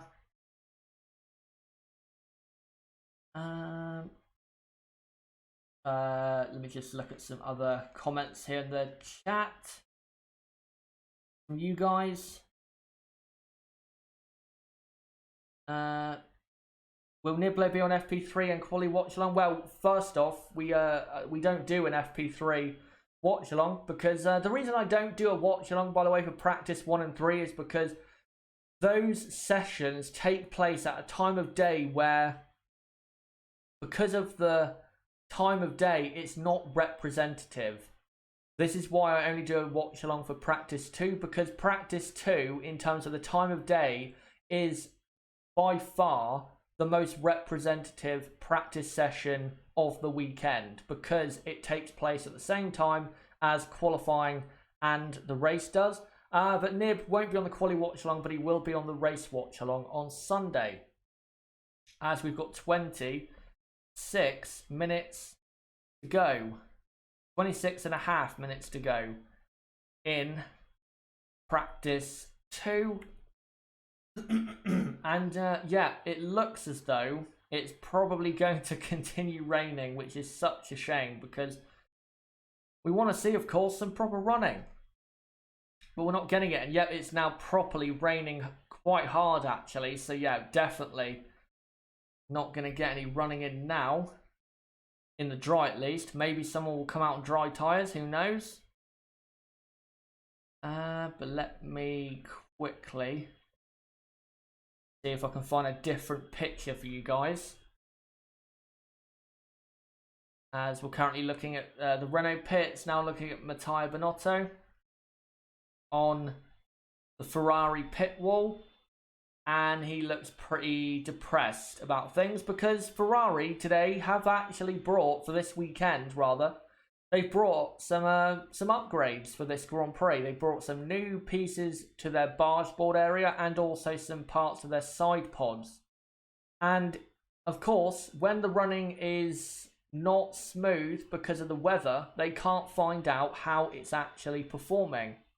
So this is not good news for Ferrari in terms of trying to find out data-wise what is actually going on with their new parts. So not good for Ferrari, or in that case, Racing Point or even Red Bull, who have a new T-wing on their rear wing structure on the back of their car. Kimi is now coming on circuit.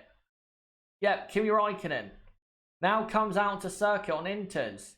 And now, because it's raining a lot harder and there's a lot more water around, that is going to help the grip of the intermediate tyre on the wet circuit. Because, of course, the only way the Inters really survive is if there are wet patches on the circuit that you can go onto to try and keep those Inters alive. And yeah, so definitely a lot wetter now than it was when the McLarens were out on circuit. But let me try and get another different car on screen, and hopefully Kimi actually tries to do a lap. I don't think he will, but you never know. Maybe he will. In the Alpha, and let me get a picture of a Haas F1 car up. And by the way, new update when it comes to Haas, not in terms of aerodynamic pieces, in terms of the story when it comes to rich energy. See what I did there? They hope, Haas F1, to have the situation resolved by Spa at the latest. When it comes to the whole sponsorship thing and what's going on with that, yeah, they hope to have that resolved by Spa. So, good news. And hopefully they do get it resolved, because they need to try and secure probably a different sponsor for next season as Kimi Raikkonen starts kicking out the rear around the final couple corners. Will he actually do a lap or will he not? And unfortunately, he comes straight back into the pit lane as the Mercedes mechanics take some tyres out of the garage and put them back in their them slots. But yeah, Kimi back in the pit lane. I will say though, if it does rain tomorrow at the same intensity, the teams cannot complain about lack of practice, because it's been wet for the last 40 minutes and they've had plenty of time to get out there and find out how the cars are in the wet. So, you know, they can't complain about wet weather running when it's been wet for 40 minutes, as we have the two Ferrari cars on circuit. We have Russell in the Williams on circuit as well, and Kimi Raikkonen has come back out onto track. He did a practice start, did Kimi Raikkonen, as Vettel comes into the final sector. Gina, if Merck drops Bottas, where will Bottas go? It's tough to say. It's really tough to say. I think if Bottas is on the market, I think he'll go to Haas. I think he will, because Ocon, of course, who I think will go to Haas if Bottas stays at Mercedes, as Russell's actually properly on a lap. If Valtteri Bottas stays at Mercedes, then I think Ocon will go to Haas. But if Ocon goes to Mercedes and Bottas is dropped, then I think Valtteri will replace Romain Grosjean at Haas, and Romain will be out of the sport, in my opinion. Unless Romain, from now on, can outperform his teammate, then maybe Kevin Magnussen will be out of the sport. But I think it's more likely at this point to be Romain Grosjean, who will be out of Formula 1 at the end of 2019. But yeah, I think Haas is really the only place it can go. I know people have said Ferrari, but Ferrari are not going to drop any of their drivers. I think Ferrari, the next time they're going to put a new driver in their team will be for 2021. I don't think it'll be for 2020. As Russell now comes to the line, and he is, of course, 21 seconds off the pace because we're now in wet conditions. And the times earlier, of course, were in the dry. As Kevin Magnussen is out on track, so is Max Verstappen. So, good to see some cars finally on circuit. Right, let me just see if there's any final comments from the chat before I start watching the session again, as we now got some cars on circuit with 20 minutes to go in the wet. Let me just see what you guys are saying. Let me just have a look. Tom Cowles, what's happening with Ferrari? Well, in terms of this session, they both went out on harder compound tyres, didn't really get a great lap in. I don't think Ferrari are really pushing that hard anyway, because they have new updates on their car, and they don't, of course, want to damage them or anything like that. But because we've had a wet, dry session, they can't really, set a time that put them up in the top 3 or 4. So don't look at Ferrari's current time as an indicator, or current, positions as an indicator for what they're going to be like this weekend, because Vettel, who is P13, that was on hard compound tyres, and Charles Leclerc's time in P7 was on medium compound tyres. So Ferrari can probably go P5 and P6, I'd say, with their times. Maybe P4 at best. So Ferrari looking about how we thought they were, or thought they would be for this weekend. As Kevin Magnussen is currently on the Inters in the middle sector, and the Haas looking not too bad in the wet. And I will say the Haas in the wet in Hockenheim wasn't that bad. Normally in the wet, Haas are terrible. But at Hockenheim, they weren't great or anything, but they were always in the top 10 with one of their cars. So yeah, I thought Haas were pretty good in the wet last weekend. And right now, with Kevin Magnussen, their car's looking pretty good again. And if it does rain in qualifying, then all the data that they're collecting right now will be vital towards how they, are going to perform in the wet, because they'll have more data to look at how they're doing. They'll have more confidence in the car about how it is in the wet. They'll have more knowledge than other teams when it comes to wet weather performance. So if it does rain in qualifying tomorrow, this is just going to help out the cars that are currently on the circuit. As a replay of Rosso at the middle sector chicane, and does the same thing as Sebastian Vettel, goes straight over the chicane.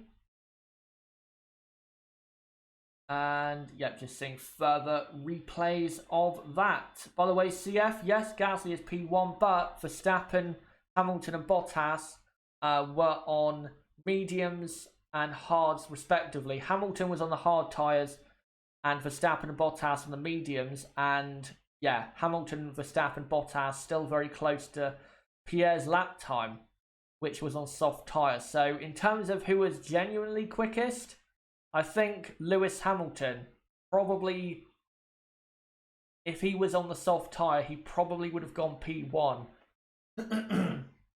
ahead of Verstappen P2, and then Bottas probably would have gone P3 ahead of Gasly P4. So that's not a genuine time, really, as most cars now on circuit. The only cars not on the circuit are Russell, Norris, Albon, of course. Albon crashed out earlier, and the 2 Mercedes cars and Pierre Gasly.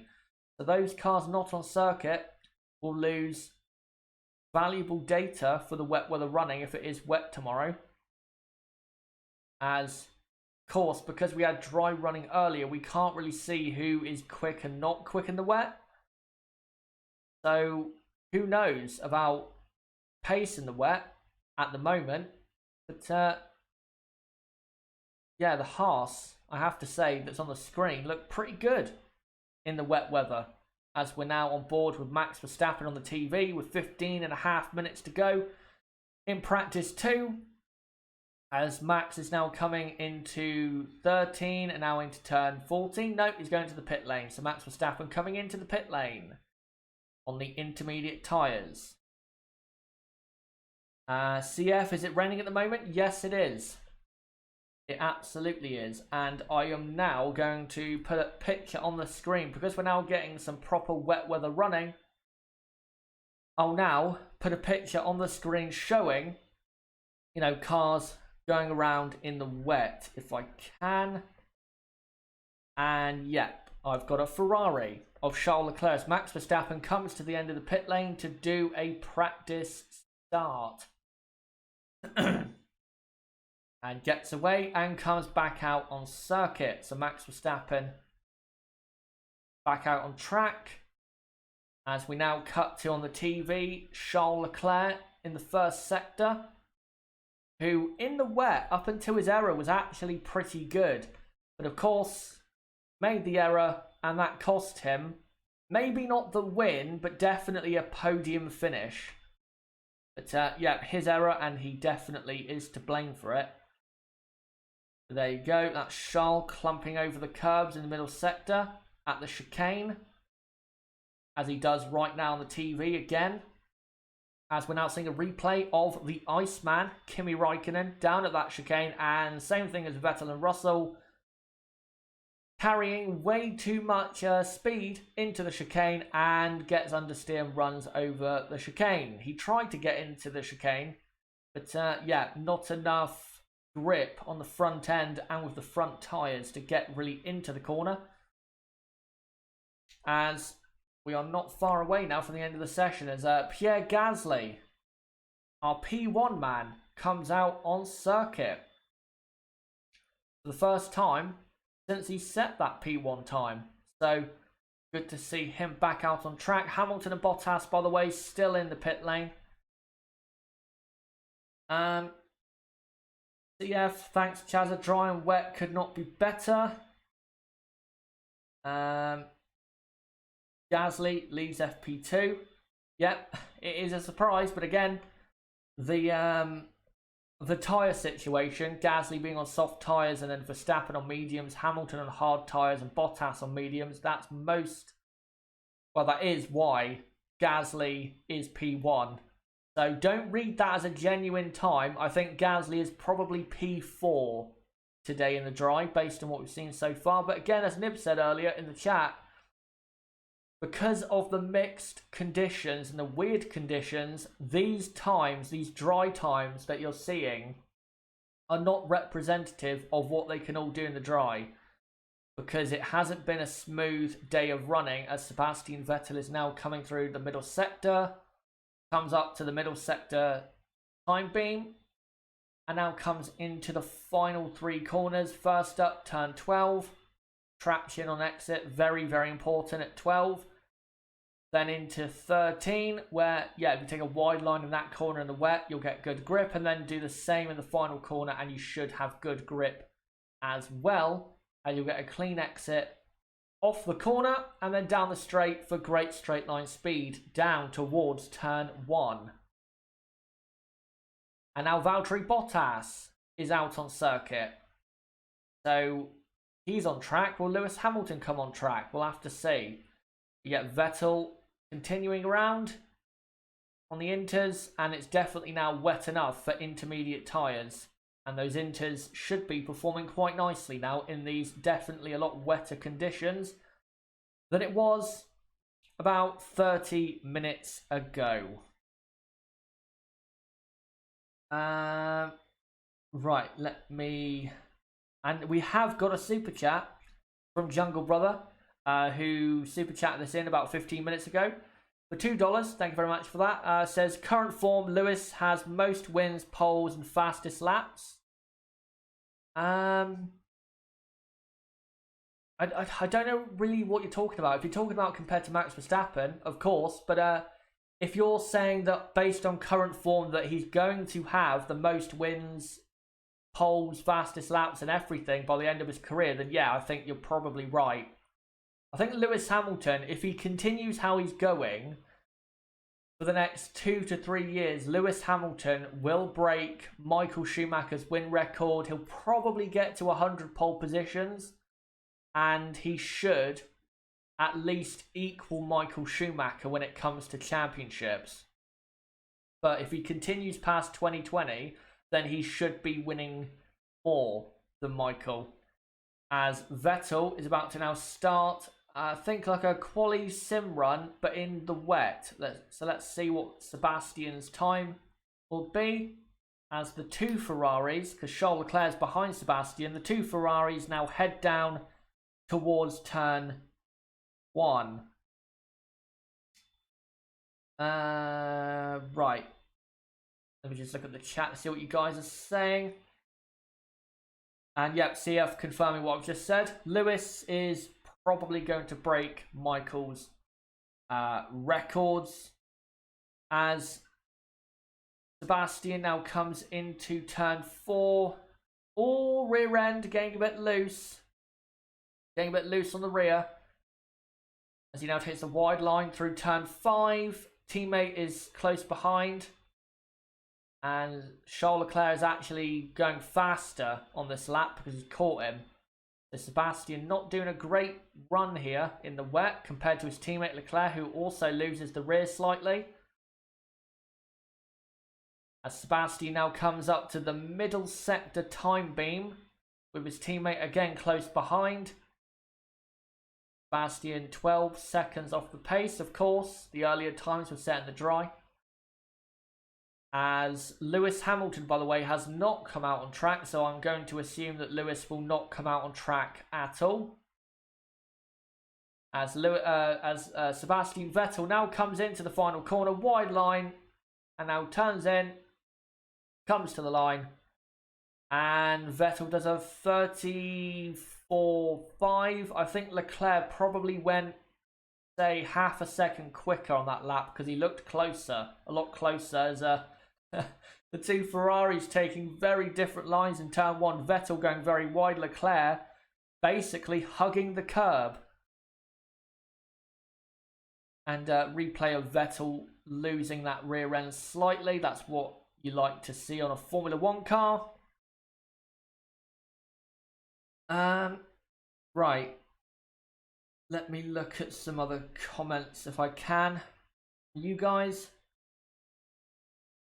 CF hope both Vettel and Verstappen will fight it out with Lewis. Close fighting is better for F1. Hopefully everyone, can perform at their best, as Valtteri loses the rear end a lot at turn 12 on the exit of that corner where I said traction was very important. He had no traction on exit of that corner. But yeah, what I want to see is F1 on top form, because then if we have that, then we should have better racing. Of course, these Formula 1 drivers are very good, and I think the current field of drivers we do have is probably the best grid we've had in a long time. A lot of good, very, very good drivers on the grid. As Valtteri is going through turn 1. And let me just see if we can find a different picture for you guys of another car. And right, let me just try and find a different picture.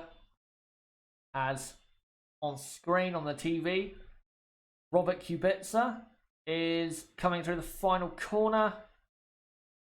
And he's got a Haas of Romain Grosjean close behind him. Everyone, by the way, is on track except for Norris, Albon, Perez, Stroll, Sainz, Hülkenberg, Hamilton, Verstappen. So everyone else, except for those, are on circuit.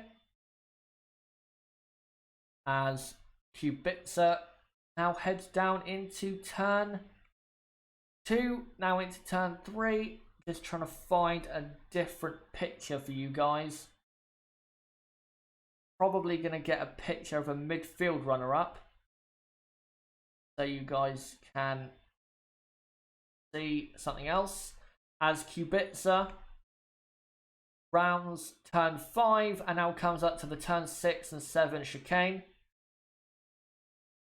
You absolutely, with this chicane, have to get it right. You've got to get the chicane right. If you don't, then it sets you up poorly for the rest of the run through the middle sector. Here is a McLaren.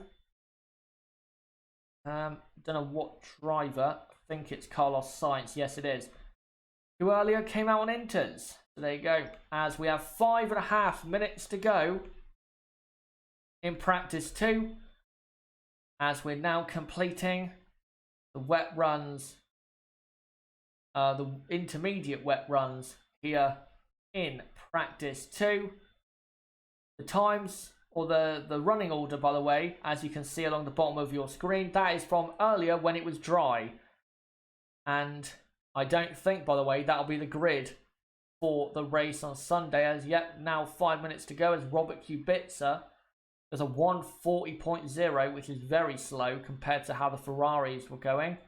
As we're getting an Alpha down the pit straight of, I think, Kimi Räikkönen. As here comes Lewis Hamilton on intermediate tyres.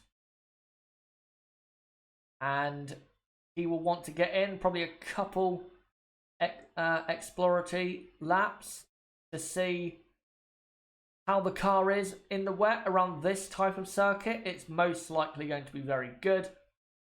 As another replay of Leclerc clumping over the curbs at the turn 6 and 7 chicane. Very surprising that Charles Leclerc, he's hitting a lot of the curbs at the moment on the intermediate tyres. Normally in the wet, you don't want to put inters on. Normally in the wet, you don't want to clip the curbs like that. You want to stay as far away from the curbs and the white lines as you can. Because in the wet, that is the fastest way around the circuit in the wet. Of course, in the dry, you want to make sure you can widen the corners by using the curbs. And, the curbs do help in the dry. But in the wet, you want to try and avoid them. Of course, at that chicane, they're hard to avoid. But surprising that Charles Leclerc feels the need to really not just touch them, but clump over them in the wet.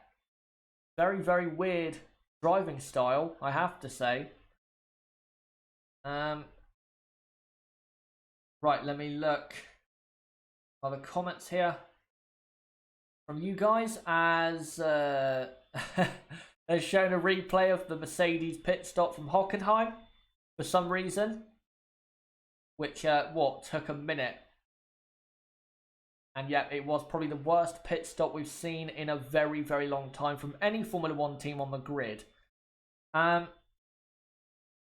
Eugene Kelly says, I believe, let me just read it. I believe if Hamilton was at Ferrari the last 2 years, he would have won Ferrari one of those titles. He was driving just that good in those 2 years. Yeah, I agree. I think he definitely would have won in 2018.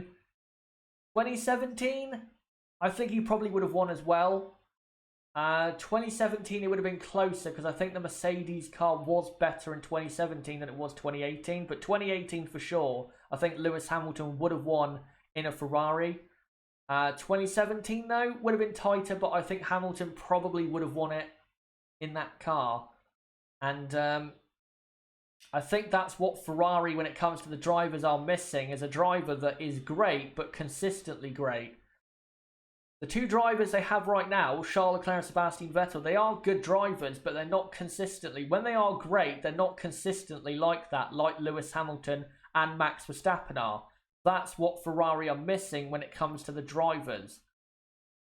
So if they can find a driver, or if Charles Leclerc can develop into a consistently great driver, then that'll help a lot for Ferrari going forward. But if Leclerc cannot be consistently great, and Vettel I don't think will ever be consistently great because he does still make too many errors and is not at it enough for me, then yeah, it's going to be a problem for Ferrari going forward, I think, as Lewis Hamilton sets his first wet weather time of 37 flat. But of course, that's only his first real wet run in practice too, as we're now a minute away from the end of the session. I've just seen a replay on the TV of Hamilton getting slightly out of shape but not losing the car. Beautiful car control from Lewis Hamilton.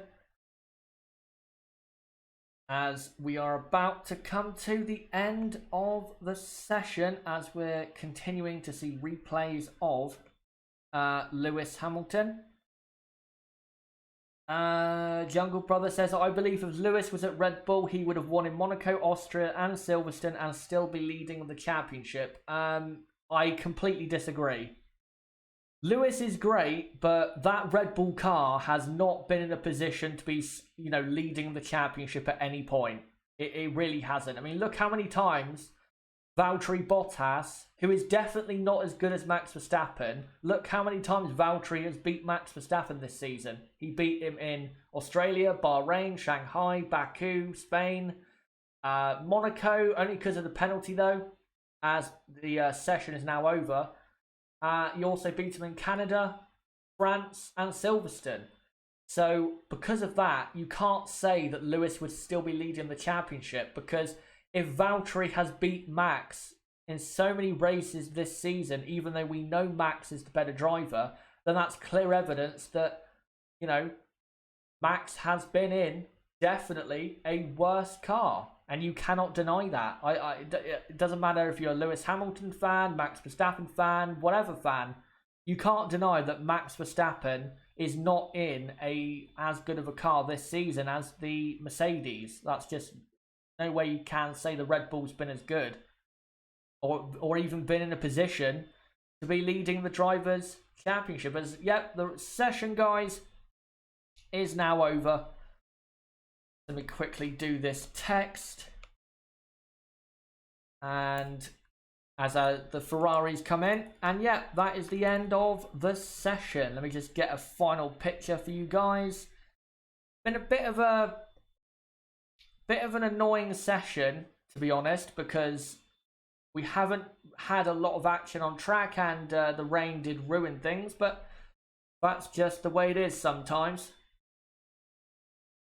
As we're seeing a replay of Sebastian Vettel on the TV getting a bit out of shape. But yeah, for the session is P1, Pierre Gasly, and P2, Max Verstappen. Is that a sign of things to come? I don't think we can say that right now. I don't think we can say whether Red Bull have faster car, because conditions today have been very, very weird. And also the tyres at the start of the session were a lot different on other cars. Let me just show this on screen of Lewis Hamilton. But yeah, when it comes to who's better and who's not, I think definitely the top two teams are Mercedes and Red Bull. I don't think we can doubt that.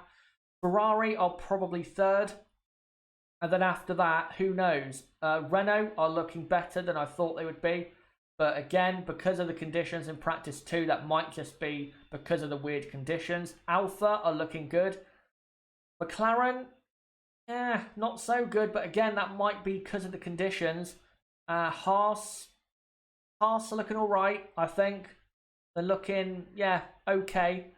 Toro Rosso looking all right as well. And Racing Point not looking anywhere near as good as I thought they would be. But saying that, they were both on the hard compound tyres when they set their runs. But yeah, Racing Point not looking that great. And then of course Williams are at the back. But I think definitely at the top again, Mercedes and Red Bull are at the top, followed by Ferrari in a clear third. And then in the midfield, when it comes to who is going to be the best at the midfield, I think it really is between McLaren, Renault, Alpha for this weekend and that's dry or wet. Who knows what could happen in this this weekend's Grand Prix. But I'll read out the order for the final time of practice 2. The final results of practice 2 is Pierre Gasly in P1, Max Verstappen P2, Lewis Hamilton P3, Valtteri Bottas P4, Daniel Ricciardo P5, Kimi Raikkonen P6, Charles Leclerc P7, Nico Hülkenberg is P8, P9, Antonio Giovinazzi, P10, Daniel Kvyat, P11, Romain Grosjean, P12, Kevin Magnussen, P13, Sebastian Vettel, P14, Carlos Sainz, P15, Sergio Perez, P16, Lance Stroll, 17th is George Russell, 18th, Lando Norris, 19th is Robert Kubica, and 20th is Alexander Albon, who of course crashed out 5 minutes into the session.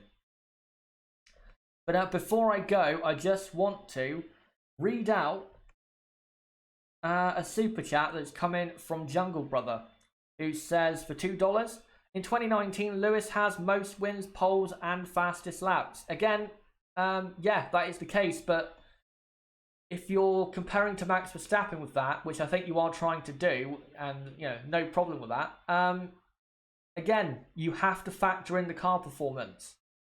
Lewis has had a better car than Max Verstappen at almost every Grand Prix this season. The only race you could say that Red Bull had a better car was probably Austria. But even Austria, Mercedes were faster in qualifying. So, again, you've got to factor that in. You can't not factor in car performance in Formula 1. You have to factor that in, I'm afraid. But there you go. Thanks for the $2. And thanks for the debate, as always. But guys, that is it for practice 2 here today at the Hungaroring. And thank you guys, by the way, for coming along and being a part of the stream and debating with Nib and other people with certain topics. Yeah, thank you for coming along and being part of the stream, even though not a lot was going on. We had some good numbers, about 200 to 250 people at times. So very, very happy about that. And thank you guys for coming along. And hopefully you will be with us tomorrow for the qualifying watch along for qualifying for the 2019 Hungarian Grand Prix, where I will be live at 1 p.m. UK time. So make sure to be here at 1 p.m. UK time live for qualifying, where I'll do an hour's build up, then qualifying will be for an hour, of course, and hopefully it's wet, by the way, and then we'll do a half an hour reaction to the session, and then shortly after that, probably about 45 minutes after the stream finishes, I will upload a review of qualifying in Budapest. So don't forget to come along to that tomorrow, and if you are new to the channel, that is what is coming up, so don't forget to subscribe for that. Bottom right of the screen, you can do it right there, or click on my channel name, go to the homepage, subscribe and hit the notifications bell, and also smash the like button for more content like this. Also, don't forget to comment down below what you thought of this video, and comment down below, what do you think, dry or wet, will happen in qualifying? Who do you think has the pace? Who do you think does not have the pace? Let me know in the comments. Also, don't forget to join the Discord server, link below in the description for that. That is the best place for notifications for my videos and streams. So if you want notifications and you want to be notified, make sure to join the Discord, link below in the description. And also on a race weekend, that server that has now over 300 people is pretty active. So yeah, make sure to join that. And also follow me on Twitter at Chaz6110 to keep up to date with me and what I'm doing. And check out my website, chazerhd.com, for more content like this. But guys, until 1 p.m. UK time live on this channel right here for qualifying, for the qualifying watch along, for qualifying for the 2019 Hungarian Grand Prix at the Hungaroring tomorrow, it has been me, ChazerHD. Goodbye.